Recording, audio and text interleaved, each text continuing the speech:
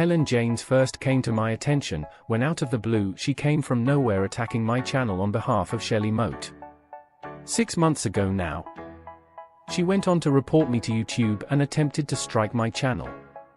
Because I has shown everyone the other side of Shelley Moat.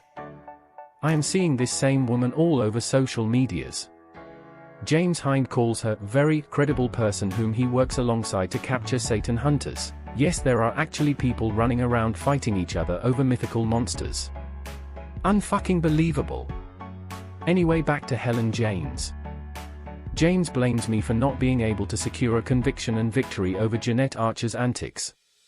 But I did try to warn them that putting out evidence being used in a criminal investigation was never going to end well, as it contaminates that evidence.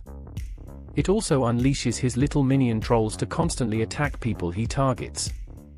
Helen Janes goes as far as obtaining people's telephone numbers, and sits up all night calling people screaming and shouting, being judge and juror. Telling people she is very credible, and owns 7 houses and retired comfortably, so lots of time on her hands to rapidly call people.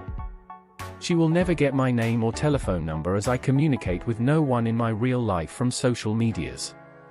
This is my only platform. Regardless of whether the people they target are committing criminal offenses or not is not for me to say. I would expose someone if convicted of the offenses though, as that has been done in a court of law, not some little trolling gang, who just make matters worse. It will not help de-radicalize people. In my opinion, attacking someone constantly will fuel hostilities. As we are all seeing played out now.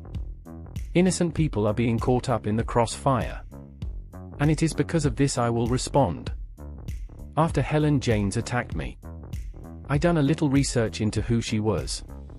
I found a documentary she participated in, Behind Closed Doors, where she waives her right to anonymity to tell her story about domestic abuse she suffered at the hands of her now ex-partner. Multiple mainstream newspaper articles are available that also covered the same story.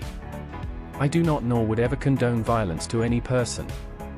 In this documentary, Helen Janes clearly lies to the police not once but twice. For whatever reasons Helen Janes did lie are her own. However, a lie is a lie, and it had a major impact on her getting real justice. My opinion.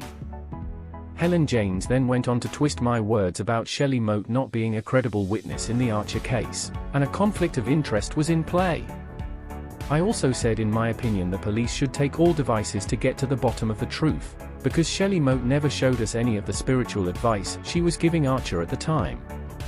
We heard Archer run her delusions past Shelley Moat, but we never see the advice Moat was giving her for over a year before Moat fell out with Archer over Wilfred Wong's abortion stance, all evidenced. Was my point. Little Miss Helen Janes then offered Shelley Moat the use of her family lawyers to come after me. She appeared to have some authority over people and a grandiose opinion of herself that really led me to research her. James Hind is constantly mocking my research skills, however I have not been wrong yet. And provided all the evidence needed to back up all my claims. I am now going to show everybody how credible Helen Janes really is. This will not make me popular in the playground, but I am not here to be popular and have my name in headlines. Just present the facts. So Helen Janes, here goes. Do not say I never warned your fellow toxic activist idiot James Hind to stop doxing innocent people like the man in Australia, because of my content. And to stop putting me in a gang with people I do not know outside of my channel. Oh dear Helen Janes. What is this? You were hiding, you little scamp. Am I jogging your memory now? And before you accuse me of jeopardizing your safety from your ex-partner finding your address, it clearly shows in the documentary you met your ex-partner after you moved to the address here. And the courts decide what goes into the press, therefore I am not doxing you here. It is all public knowledge. For anyone to go take a look. Miss Helen Sarah Janes.